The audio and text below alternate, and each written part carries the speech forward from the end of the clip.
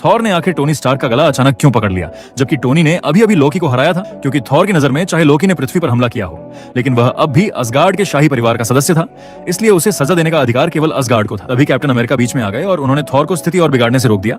लेकिन टोनी पीछे हटने वालों में से नहीं था, वह लगातार थॉर को उकसाता रहा। ब्रूस बैनर ने तुरंत टोनी को चेतावनी दी कि अगर कैप्टन अमेरिका ने थॉर को नहीं रोका होता तो शायद टोनी अब तक मर चुका होता। कैप्टन अमेरिका ने भी टोनी से कहा कि वह थॉर को और गुस्सा न दिलाए, वरना पूरी टीम तबाह हो सकती है। लेकिन टोनी फिर भी नहीं माना। रोडी ने दोनों पक्षों को शांत करने की कोशिश की, लेकिन तनाव बना रहा। आखिर में गुस्से में कैप्टन अमेरिका वहां से चले गए और थॉर ने सिर्फ इतना कहा कि वे इस बात का हिसाब बाद में करेंगे। जब सभी लोग लोकी को क्विंजेट से ले जा रहे थे, तभी अचानक आसमान में बिजली चमकने लगी। अगले ही पल थॉर आसमान से उड़कर आया और सीधे क्विंजेट पर आ गिरा।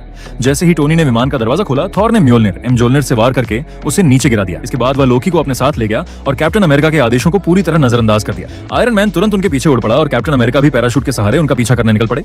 थॉर लोकी को एक पहाड़ की चोटी पर ले गया और उससे कहा कि वह थैनोस की योजना छोड़ दे और टेसरैक्ट उसे सौंप दे, लेकिन लोकी ने साफ इनकार कर दिया। जैसे ही थॉर उसे जबरदस्ती सच उगलवाने वाला था, तभी आयरन मैन पूरी रफ्तार से उड़ता हुआ आया और जोरदार टक्कर मारकर थॉर को सैकड़ों मीटर दूर फेंक दिया। जमीन पर उतरकर टोनी ने अपना हेलमेट खोला और मजाक उड़ाते हुए कहा, हथौड़ा नीचे रखो और आत्मसमर्पण कर दो। लेकिन थॉर ने कोई जवाब नहीं दिया। उसने अपना म्योल्निर वापस बुलाया और सीधे टोनी पर हमला कर दिया। दोनों की लड़ाई देखकर लोकी मुस्कुराने लगा। भीषण मुकाबला शुरू हो गया।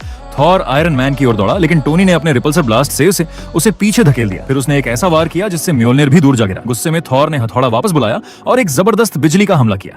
बिजली आयरन मैन के सूट से टकराई, लेकिन उसे नुकसान पहुंचाने के बजाय जार्विस ने पाया कि थॉर की बिजली तो सूट को चार्ज कर रही है।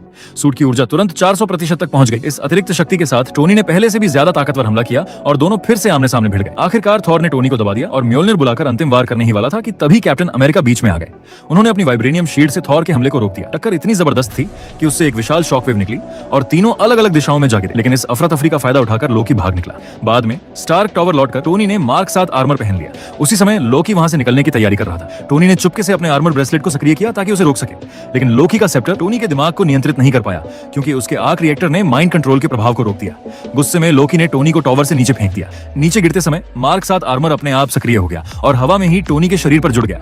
कुछ ही सेकंड बाद आयरन मैन वापस छत पर पहुंचा और उसने लोकी पर जोरदार हमला कर दिया। उसी समय टेसरैक्ट पूरी तरह सक्रिय हो गया। न्यूयॉर्क शहर के ऊपर एक विशाल पोर्टल खुल गया और चितौरी सेना का आक्रमण आधिकारिक रूप से शुरू हो गया।